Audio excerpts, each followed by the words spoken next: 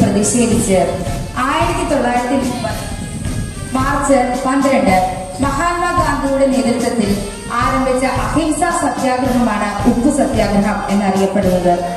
മഹാത്മാഗാന്ധിയുടെ നേതൃത്വത്തിൽ ദണ്ഡിയിലേക്ക് നടത്തിയ യാത്രയോടെയാണ് ഇത് ആരംഭിച്ചത്. ഇന്ത്യൻ നാഷണൽ കോൺഗ്രസിന്റെ നേതൃത്വത്തിൽ ആധുനിക ചരിത്രത്തിലെ ശ്രദ്ധേയരായ വനിതാ ഭരണാധികാരികളിൽ ഒരാളായി കരുതപ്പെടുന്നവർ ഇന്ത്യയുടെ പ്രധാനമന്ത്രിയായിരുന്ന ജവഹർലാൽ നെഹ്റുവിന്റെ മകളായിരുന്നു. രാജ്ഞിയായിരുന്നു ഝാൻസി റാണി എന്നറിയപ്പെടുന്ന റാണി ലക്ഷ്മിഭായി. 1857 സിപായി ലഹളയിൽ ബ്രിട്ടീഷുകാർക്കെതിരെ സമരം നയിച്ചവരിൽ പ്രധാനിയായിരുന്നു. സ്വീകരിച്ച് 40 വർഷത്തോളം ജീവിച്ച് ഇന്ത്യയുടെ നവോത്ഥാനത്തിനും സ്വാതന്ത്ര്യത്തിനും വേണ്ടി പ്രവർത്തിച്ച ആംഗ്ലോ ഐറിഷ് വനിത.